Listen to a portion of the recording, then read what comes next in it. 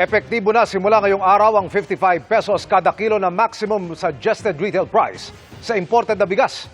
Sa mga palengke sa Metro Manila muna yan ipinapatupad. Kaya nag-inspeksyon ng Agriculture Department para matiyak na nasusunod. Nakatutok si Bernadette Reyes.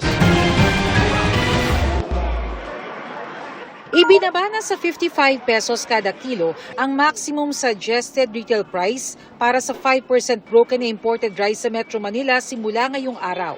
Para matiyak na nasusunod yan, nag-inspeksyon ang Market Administration Office ng Pasig sa mutya ng Pasig Public Market. Para makinabang ng husdo ang mga mamamayan na makabili ng mababang halaga ng bigas. Si Belen nagpalit na ng presyo bago magbukas ng tindahan. Ito nga, dating 56, so ginawa na namin 55. Basta kumita kami kahit kaunti.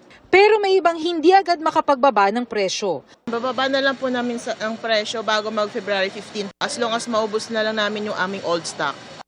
Ayon sa Department of Agriculture, wala munang padadalhan ng notice of violation basta't sumunod sa bagong presyo sa lalong madaling panahon.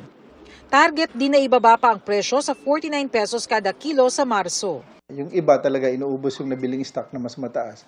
Palagi naman ganun, we are okay with that. And then doon sa iba, dahil dumating na yung kanilang supply na mas mura, they immediately comply with the 55 pesos.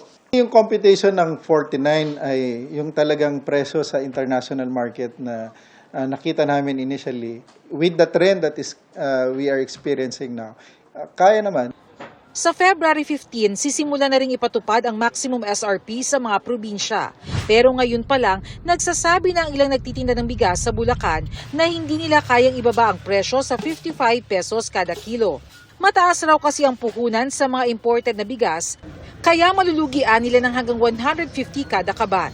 Ayon sa Department of Agriculture, target ng pamahalaan na maibaba ang presyo ng bigas sa level nito bago sumipa noong July 2023. Ang target, 41 pesos kada kilo sa regular milled rice, 45 pesos naman sa well-milled. Samantala, gaya sa bigas, magtatakda na rin ang maximum SRP sa baboy.